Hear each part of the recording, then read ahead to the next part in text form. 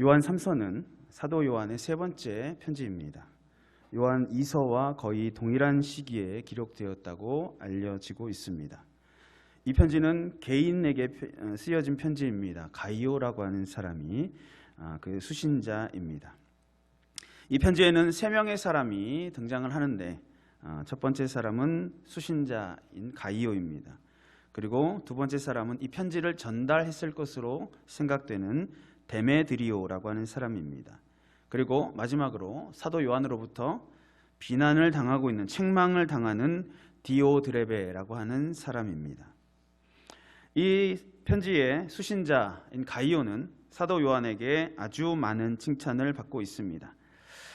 요한이서 1장 4절에 보니까 너희 자녀들 중에 우리가 아버지께 받은 계명대로 진리를 행하는 자를 보니 내가 심히 기쁘도다 라고 하는 구절을 요한 2서에서 기록을 하고 있는데, 오늘 본문에서도 진리를 행하는 자들을 향하여서 사도 요한이 큰 기쁨을 나타내고 있음을 우리가 볼 수 있습니다.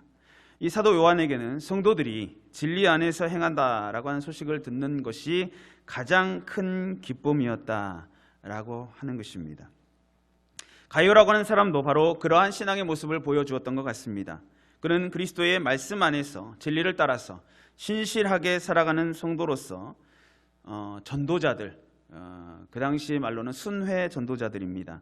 그 사람들을 극진하게 대접을 하였고 모든 성도들에게 칭찬을 받는 사람이었다고 기록되어 있습니다. 반면에 디오드레베라고 하는 사람은 요한의 권면을 불쾌하게 여기고 순회 전도자들을 대접하지도 않았을 뿐만 아니라 대접하고자 하는 사람들을 교회에서 쫓아내는 악한 자였다고 기록하고 있습니다. 그래서 사도 요한은 가이오에게 디오드레베라고 하는 사람의 행위를 본받지 말고 선한 행위, 그동안 계속해왔던 복음을 위한 행위를 계속하라고 권면하고 있습니다. 이 편지의 서두에 보면 사랑하는 자여라고 하는 호칭이 계속 반복되어 있습니다. 이 호칭은 사도 요한이 부르는 호칭이기도 하지만 동시에 하나님께서 친히 불러주시고 또 칭찬하시는 호칭입니다. 왜냐하면 진리 안에서 행하는 것은 하나님께서도 아주 기뻐하시는 일이기 때문입니다. 이 시간 우리가 잘 알고 있는 이 본문을 통하여서 사랑하는 자여라고 부르시는 하나님의 음성을 과연 어떠한 성도들이 듣게 되는지 우리가 살펴보고, 우리도 그 음성을 듣기 위하여 또 결단하는 복된 시간이 되기를 주님의 이름으로 축복합니다. 첫째로, 하나님이 사랑하시는 자는 그 영혼이 잘 되어 있는 자입니다. 본문 2절 말씀 보니까 사랑하는 자여 내 영혼이 잘 됨 같이 라고 기록하고 있습니다. 사랑하는 자여라고 하는 말은 하나님의 무조건적인 사랑을 나타내는 아가페라고 하는 단어가 사용되었습니다. 이것은 사도 요한이 가이오라고 하는 사람에게 인간적인 어떤 친근감 이상으로 영생에 동참할 동역자로서의 그런 감정을 가지고 있음을 나타냅니다. 다시 말해서 이제 나이가 지긋한 이 사도 요한이 자기가 전한 복음을 듣고 회심하고 진리의 삶을 살고 있는 젊은 성도에 대해서 진리 안에서 사랑하는, 그 사랑이 극진하다라고 하는 것을 바로 이 사랑하는 자여라고 하는 단어를 통해서 나타내고 있는 것입니다. 2절 마지막에 보니까 내가 간구하노라 라고 되어 있습니다. 여기서 간구하다라고 하는 단어는 간절한 염원이 담겨 있는, 하나님을 향한 간절한 기도의 상태를 나타내는 그러한 동사로 주로 쓰이는데 계속적인 그리고 반복적인 의미를 가지고 있습니다. 즉 사도 요한은 이 가이오라고 하는 사람을 향하여서 한 번만 기도한 것이 아니라 하나님 앞에서 매일 간구하고 있고 앞으로도 계속해서 간구할 것이다 라고 말하는 것입니다. 이 가이오라고 하는 사람은 그럼 누구입니까? 이 사람에 대한 특별한 신상 정보가 성경에는 기록되어 있지 않습니다. 그래서 이 사람이 어떤 사람인지, 어디에 살았던 사람인지는 우리가 정확하게 알 수 없습니다. 신약에서만 보면 이 가이오라고 하는 사람이 사도행전 19장 마게도냐 사람 가이오, 20장에 사도행전 20장에 더베의 가이오, 그리고 로마서 16장에 고린도의 가이오라고 하는 사람들이 등장을 하고 있어서 우리가 어떤 사람이 이 편지의 수신자 가이오인지 구별하기가 쉽지 않습니다. 뿐만 아니라 당시에 이 가이오라고 하는 이름은 우리가 잘 알듯이 요셉, 마리아, 여호수아, 예수 이런 이름처럼 매우 흔한 이름이었기 때문에 우리가 정확하게 누구다라고 딱 집어서 말하기는 어려울 것 같습니다. 하지만 분명한 사실은 본문 1절과 2절에 기록되어 있듯이 사도 요한이 이 가이오라고 하는 사람에게 거듭 자신의 사랑을 강조하고 있다는 것입니다. 오늘 본문 2절은 우리가 참 잘 알고 있는 말씀입니다. 너무나도 많이 접해보았고 들어보았고 또 우리가 가지고 있는 외우는 걸 뭐라고 하죠? 애송하고 있는 사랑스럽게 암송하고 있는 그런 구절입니다. 그런데 우리가 주의해야 할 점이 하나가 있습니다. 오늘 본문 이 9절 2절이 우리가 이 성경을 읽을 때 참 잘 읽어야 된다, 제대로 읽어야 된다라고 하는 교훈을 우리가 받게 되는데요. 이 성경은요, 우리가 내 생각대로, 내 관점대로, 내 중심적으로 읽거나 해석해서는 절대로 안 된다라고 하는 것입니다. 많은 사람들이 이 말씀을, 이 구절을 가지고 자기 중심적으로 해석하다 보니까 다른 의미가 되어버리는 일들이 일어납니다. 본절에 나타난 영혼의 잘됨, 범사의 잘됨, 강건이라고 하는 이 내용을, 이 세 가지를 각각 영혼의 축복과 범사의 축복과 육신의 축복이라고 하는 삼중 축복이다라고 이렇게 부르는 경우가 생기게 됩니다. 거기서 끝나는 것이 아니라 성도라면 마땅히 이러한 복을 받아야 된다, 이렇게 주장을 하는데 이것은 성경을 잘못 해석한 경우입니다. 많은 사람들은 이 자신들의 주장을 정당화하기 위해서 본문 말씀을 거꾸로 해석을 합니다. 예를 들어서 범사에 잘 안 되고 육신이 약한 성도는 무언가 믿음에도 문제가 있다, 이렇게 결론을 내고 성도들을 판단해 버립니다. 그들은 사업이나 건강 등의 어떤 문제가 있는 사람은 믿음을 반성해야 된다라고 주장합니다. 그리고 소위 긍정의 힘, 나도 할 수 있다라고 하는 식의 적극적인 믿음으로 하나님께 삼중 축복을 구하면 영혼의 구원은 물론 땅에서 성공과 또 건강의 복까지 아우르는 완전한 축복을 받을 수 있다라고 주장을 합니다.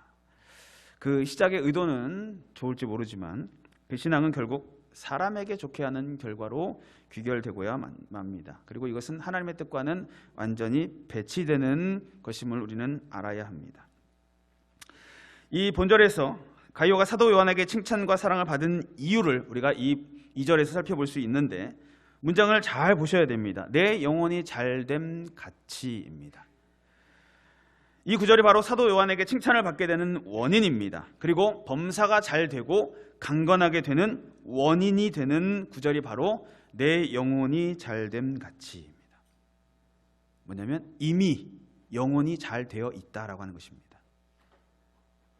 가이오의 영적인 모습이 하나님 보시기에 이미 아름다운 모습이었다라고 하는 뜻입니다. 구체적으로 어떤 모습이냐면 요한 3서 전반적인 내용에 잘 나와 있듯이 그 당시 순회 전도자들을 돕고 협력하는 일에 힘썼던, 복음을 위해서 전심전력하는 이 순회 전도자들을 뒤에서 기도와 물질로 후원하는 일에 앞장섰던 그 일을 가리킵니다. 하나님 나라가 확장되는 이 귀한 일에 자신을 도구로 드린 것입니다. 마태복음 6장 33절에 먼저 그의 나라와 그의 의를 구하라, 그리하면 이 모든 것을 너희에게 더하시리라 라고 말씀하고 있는데, 바로 이 가이오의 삶의 모습이 영적인 부분에 우선순위를 두고 하나님을 기쁘시게 하는 그러한 선을 행하는 삶이었다라고 하는 것입니다. 하나님께서 약속하신 그 약속의 말씀을 온전히 믿고 그리고 그 말씀대로 순종하며 살았던 것입니다. 인간적인 부분을 먼저 생각하고 세상의 이익을 위해서 달려가는 것이 아니라 하나님의 뜻을 먼저 생각하고 하나님의 의를 위하여서 달려갔던 그 믿음의 모습 때문에 칭찬을 받고 있는 것입니다. 그 영혼이 잘 되어 있다라고 하는 것입니다. 성도 여러분, 이 땅에서 우리의 모든 범사가 잘 되기를 원하십니까? 별로 원하지 않는 분들이 많은 것 같습니다. 욕심이 없으신 것 같습니다. 선한 욕심은 부리셔야 됩니다. 자, 이 땅에서의 우리의 범사가 잘 되기를 원하십니까? 건강한 몸으로 우리에게 맡겨진 많은 일들을 행하고 싶으십니까? 그러면 꼭 기억하시기 바랍니다. 범사가 잘 되기 위해서는, 육신의 강건한 복을 누리기 위해서는 먼저 우리의 영이 잘 되어 있어야 합니다. 하나님 앞에서 우리의 영적인 모습이 바르고 잘 되어 있어야 한다는 것입니다. 너희는 먼저 그의 나라와 그의 의를 구하라. 그리하면 이 모든 것을, 범사가 잘 되는 것을, 강건한 것을 너희에게 더하시리라 라고 말씀하고 있는 것입니다. 내가 하나님 앞에서 하나님을 기쁘시게 하는 바른 신앙의 모습을 가지고 있으면 하나님께서는 이미 나의 모든 필요한 것들을 알고 계시기 때문에 때마다 시마다 나의 필요를 따라서 풍성하게 채워주신다. 얼마나 많이 들었습니까? 귀에 못이 박히도록 들었던 설교 아닙니까? 모든 것의 근원은 하나님이십니다. 모든 축복의 근원 하나님이십니다. 성도들 가운데 하나님께서 나를 축복하시면 내가 주를 위해 충성하고 헌신하고 더 많은 주 일들을 감당하겠습니다 라고 기도하시는 분들이 있습니다. 잘 들으시기 바랍니다. 자, 앞뒤가 바뀐 기도입니다. 내가 주를 위해 충성하겠습니다. 내가 주를 위해 헌신하겠습니다. 내가 주의 복음을 위해 살겠습니다. 더 많은 선한 일들을 행하겠습니다. 그러기 위해 하나님의 복이 필요합니다 라고 기도하는 것이 바른 기도입니다. 우리는 하나님과 어떤 거래를 할 만한 그러한 위치에 있는 존재가 아닙니다. 오히려 하나님께서 우리를 영원한 죄 가운데서 건지시고 우리를 영원한 생명을 주신 그 은혜만으로도 우리의 남은 모든 삶을 하나님을 위하여서 살아드려도 부족한 그러한 큰 은혜를 입은 사람들입니다. 하나님이 우리를 왜 지으셨습니까? 우리가 왜 지금 살아가고 있습니까? 우리가 존재하는 목적이 무엇입니까? 하나님을 찬송하기 위해서입니다. 이사야 43장 21절에 이 백성은 내가 나를 위하여 지었나니 나를 찬송하게 하려 함이니라 라고 기록하고 있고, 웨스트민스터 대소요리 문답 제1문에서도 사람의 제일 되는 목적은 무엇입니까? 사람의 제일 되는 목적은 하나님을 영화롭게 하고 그를 영원토록 즐거워하는 것입니다 라고 했습니다. 하나님이 우리를 창조하신 목적, 하나님 자신이 영광을 받으시기 위해서입니다. 하나님이 우리에게 귀한 직분과 사명을 맡겨주신 것, 귀한 재능을 주신 것, 하나님이 영광을 받으시기 위해서임을 믿으시기 바랍니다. 하나님의 형상을 따라 창조된 우리는 영적인 존재입니다. 다른 피조물들에게는 허락하지 않으신 하나님의 형상이라고 하는 특별한 하나님의 선물을 받고 살아가는 유일한 존재가 바로 우리입니다. 비록 육신을 가지고 이 땅에서 제한된 삶을 살아가지만 우리는 원래 영적인 존재입니다. 그러므로 우리의 영이 건강하지 않으면 우리의 육신의 삶도 온전할 수가 없습니다. 우리의 영이 하나님 앞에 바른 모습을 갖추면 하나님께서 그것을 통하여서 기뻐하시고 우리에게 놀라운 복을, 은혜를 부어 주신다라고 하는 것을 우리가 너무나 잘 알고 있습니다. 오늘 사도 요한은 바로 가이오가 이런 복을 받게 해달라고 하나님 앞에 간구하고 있습니다. 왜냐하면 가이오는 이미 하나님 앞에 그 영혼이 잘 되어 있었기 때문입니다. 범사가 잘 되고 강건하게 되는 복을 하나님 주시기를 구하고 있습니다. 왜입니까? 주의 복음을 위해서입니다. 주의 복음을 위해서 지금까지 잘 하고 있는데 그 영혼이 하나님 앞에 잘 되어 있으니 앞으로도 그 일들을, 사명을 잘 감당할 수 있도록 하나님 복을 주십시오 라고 기도하고 있는 것이 오늘 본문 2절의 기도 간구인 것입니다. 저와 여러분의 영혼은 하나님 앞에 잘 되어 있습니까? 하나님이 우리를 부르실 때 과연 어떠한 호칭으로 우리를 부르시겠습니까? 하나님이 우리를 부르실 때 사랑하는 자여 라고 부르실 만하게 우리의 영혼의 상태를 늘 점검하고 하나님이 기뻐하실 영적인 모습을 위해서 늘 힘쓰는 성도님들이 되시기를 축복합니다. 둘째로, 하나님이 사랑하시는 자는 사람들에게 선한 증거를 얻는 자입니다. 본문 3절 말씀 함께 읽도록 하겠습니다. 형제들이 와서 내게 있는 진리를 증언하되 내가 진리 안에서 행한다 하니 내가 심히 기뻐하노라. 아멘. 이 형제들이라고 하는 것은 그 당시에 그리스도의 복음을 전하기 위해서 세계의 각지를 다녔던 순회 전도자들을 가리킵니다. 본문 5절에서도 기록되어 있듯이 형제 곧 나그네 된 자들에게 라고 하는 표현을 통해서도 우리가 이 형제들이라고 하는 사람들을 추측해 볼 수 있습니다. 행한다 라고 하는 것은 여기저기 다닌다라고 하는 뜻이 있지만 여기서는 일상적인 생활을 한다라고 하는 뜻으로 해석을 할 수 있습니다. 즉 진리 안에서 행한다라고 하는 것은 일상적인 삶에서 하나님의 말씀을 따라 사는 삶이 나타나는 것을 의미합니다. 쉼이 기뻐하노라라고 하는 이 단어는 적극적인 의미를 가진 단어입니다. 기뻐 외치다, 즐거워하다라고 하는 뜻입니다.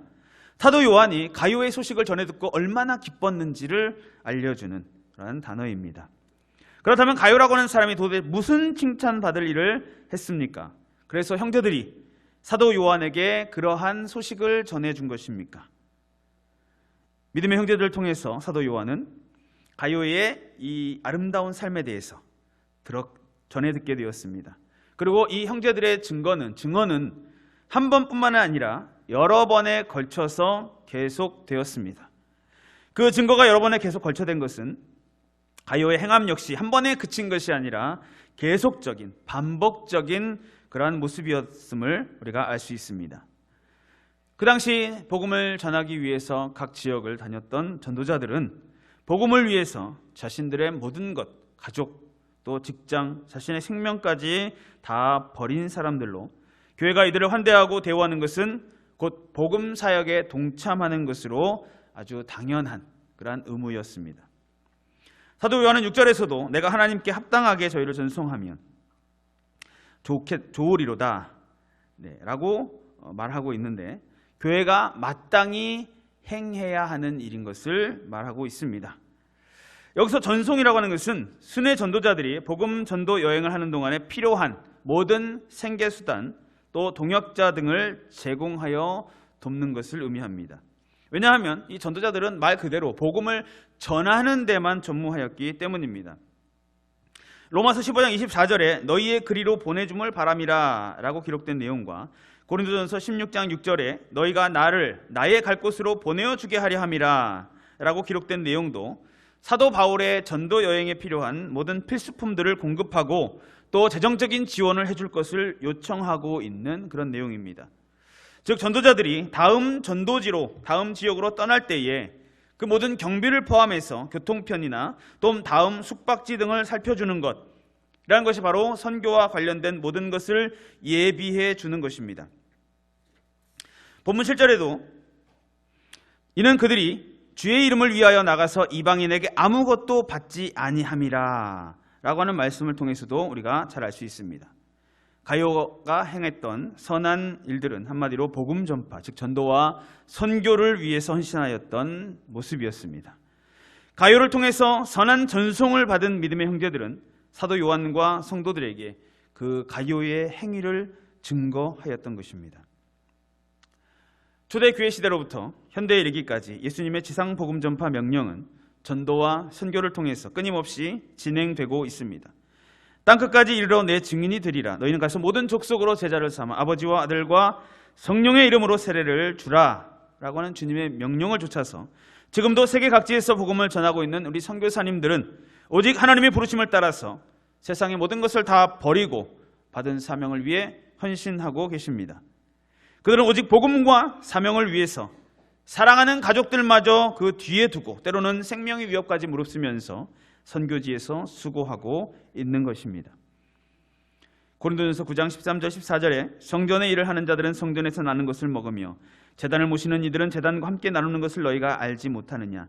이와 같이 주께서도 복음 전하는 자들이 복음으로 말미암아 살리라 명하셨느니라 라고 기록하고 있습니다.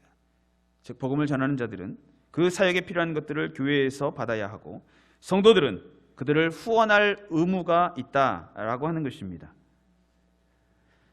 우리 모두는 복음 전파의 사명을 받았습니다.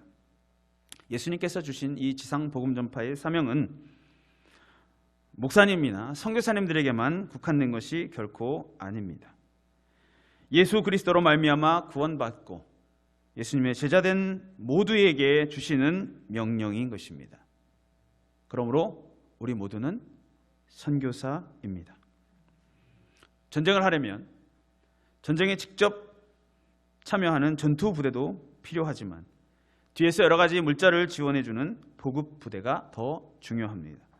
아무리 전투력이 강한 부대라고 할지라도 오랜 전쟁 기간 동안에 그 식량과 총알 등 물품의 지원이 없으면 절대로 전쟁에서 이길 수가 없는 것입니다.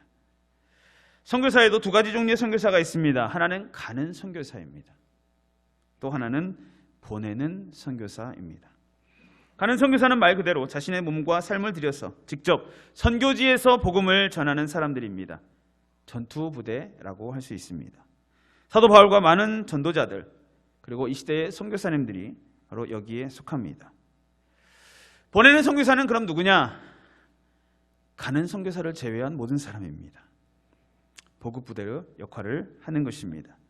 비록 자신의 몸과 삶을 들여서 복음을 전하지는 못하지만 가는 선교사를 뒤에서 기도와 물질로 후원하는 일들을 감당함으로써 예수님께서 명령하신 복음 전파의 사명에 한 몫을 감당하는 사람들입니다. 바로 여러분들입니다. 여러분 모두가 선교사님들입니다. 축하드립니다. 여러분이 영적인 전쟁에서 보급부대의 역할을 잘 하셔야 됩니다. 그러므로 오늘 본문에 나타난 이 가이오라고 하는 사람의 선한 행위는 우리에게 강한 도전이 됩니다. 가이오가 진리 안에서 선을 행한 것처럼 우리도 하나님이 우리에게 명령하시는 말씀으로 복음을 위해서 수고하고 애쓰는 자들이 되어야 하는 것입니다. 이 시간 함께 하나님의 말씀을 듣는 저와 여러분들의 심령 속에 복음 전파를 위하여서 수고하고 또 헌신하고자 하는 뜨거운 열정이 불일 듯 일어나는 은혜가 있기를 축복합니다. 세 번째로 하나님이 사랑하시는 자는 진리를 배우고 행하는 자입니다. 본문 4절 말씀 함께 다시 한번 읽겠습니다. 내가 내 자녀들이 진리 안에서 행한다함을 듣는 것보다 더 기쁜 일이 없도다. 아멘. 내 자녀들이라고 하는 것은 사도 요한이 복음의 씨를 뿌려서 탄생한 교회, 자신의 기도와 양육을 통하여서 든든히 세워져 가고 있는 영적인 자녀들을 가리킵니다. 진리 안에서 행하는 것은 바로 하나님의 말씀 따라서 바르게 살아가는 모습을 가리킵니다. 사도 요한은 그 옛날 복음을 전할 때에 많은 고난과 거절과 반대를 경험하면서 힘든 시기를 겪은 적이 있었습니다. 그러나 그 인생의 지금 황혼기를 지나고 있는 동안에 자신이 뿌렸던 복음의 씨앗이 아름다운 열매를 맺고 있는 것을 지켜보고 또 소식을 듣는 것으로 그의 황혼기는 너무나 즐거운 시절을 보내고 있다라고 하는 것입니다. 그래서 더 즐거움이 없도다라고 말하고 있는 것입니다. 이것은 과장이나 거짓이 아닌 사도 요한의 진실한 고백입니다. 이 땅에 살아가는 모든 부모에게 있어서 자녀들이 부모의 교훈대로 바른 길을 걸어가는 것, 그것은 가장 기쁘고 보람된 일일 것입니다. 마찬가지로 복음으로 나아 기른 영적인 자녀들이 바른 믿음의 길을 가는 것, 사도 요한에게 있어서 너무나 기쁘고 즐거운 일이 되었습니다. 이것이 비단 사도 요한에게만 기쁜 일이겠습니까? 하나님께서 얼마나 기뻐하시는 일이겠습니까? 그러나 부모의 교훈을 저버리고 자신의 정욕을 따라 악한 길을 걸어가는 자녀들은 부모의 아픔이 됩니다. 본문에 나타난 디오드레베가 바로 그러한 자였습니다. 본문 9절에 보니까 내가 두어 자를 교회에 썼으나 그들 중에 으뜸되기를 좋아하는 디오드레베가 우리를 맞아들이지 아니하니 라고 기록하고 있습니다. 사도 요한은 앞서 몇 통의 편지를 디오드레베가 속한 교회에 보냈던 것 같습니다. 그러나 사도 요한의 권면에도 불구하고 이 디오드레베는 가이오와는 정반대의 모습을 보여주었습니다. 그는 다른 성도들이 나그네 된 형제를 대접하는 것을 금했을 뿐만 아니라 대접하는 그 사람들을 내쫓았습니다. 디오드레베는 사도 요한의 권면을 받아들이지 않았을 뿐만 아니라 그 편지를 전달하는 사람까지 배척하는 그러한 행동을 하였습니다. 그래서 사도 요한은 본서신을 그 교회가 아닌 가이오 개인에게 보낸 것으로 보입니다. 사도 요한은 이 디오드레베를 향하여서 으뜸되기를 좋아하는 자라고 표현하였습니다. 디오드레베는 교회 안에서 자신을 높이는 일에 힘썼을 뿐만 아니라 그리스도의 가르침을 저버린 삶을 살았습니다. 그는 교만했습니다. 하나님의 말씀을 쫓는 삶이 아닌 자신의 생각을 쫓는 삶을 살다가 결국 하나님께로부터 멀어지는 그러한 가련한 인생이 되고 말았던 것입니다. 우리 하나님께서 하나님의 백성들에게 가장 원하시는 것은 무엇이겠습니까? 그것은 하나님의 자녀들이 하나님의 진리를 알고 또 그 진리를 삶에서 행하는 것입니다. 여러분은 하나님을 기쁘시게 하기를 원하십니까? 그렇다면 우리가 해야 할 첫 번째 일은 하나님의 뜻을 깨닫는 것입니다. 하나님의 뜻은 바로 하나님께서 우리에게 주신 계시의 말씀, 성경에 기록이 되어 있습니다. 이 성경을 부지런히 읽고 부지런히 듣고 부지런히 배워야 합니다. 그리고 우리의 삶에서 부지런히 실천해야 합니다. 복음의 씨앗을 뿌리는 것입니다. 먼저 믿은 이 구원의 복음을 많은 사람에게 전하는 일, 바로 그것이 하나님의 뜻입니다. 또한 과부의 두렙돈을 드리는 마음과 정성으로 복음 전파를 위해서 기도와 물질로 후원해야 합니다. 가는 선교사, 보내는 선교사로서의 역할을 감당해야 한다라고 하는 것입니다. 그래서 하나님께서 친히 이 가요를 향하여서 사랑하는 자여라고 불러주셨듯이 우리에게도 사랑하는 자여라고 불러주시는 그 하나님의 은혜를 체험하는 성도님들이 되시기를 주님의 이름으로 축복합니다.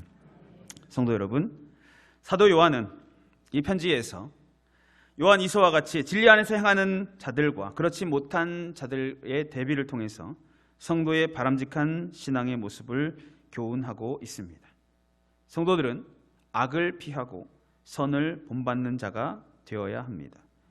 디오드레와 같은 자가 되지 말고, 교만한 자가 되지 말고 가이오와 같은 말씀을 삶에서 실천하는 자들이 되어야 합니다. 하나님이 기뻐하시는 선을 행하는 자들이 되어야 하는 것입니다. 주마가편이라고 하는 사자성어가 있습니다. 달리는 말에 채찍질한다 라고 하는 말인데, 형편이나 힘이 한창 좋을 때 더욱 힘을 더한다 라고 하는 뜻입니다. 성도들은 선을 행할 때에 더욱 선을 행하도록 하기 위해서 우리 자신을 채찍질할 수 있어야 합니다. 왜냐하면 우리가 가진 죄성은 시도 때도 없이 우리를 악한 길로 인도하기 때문입니다.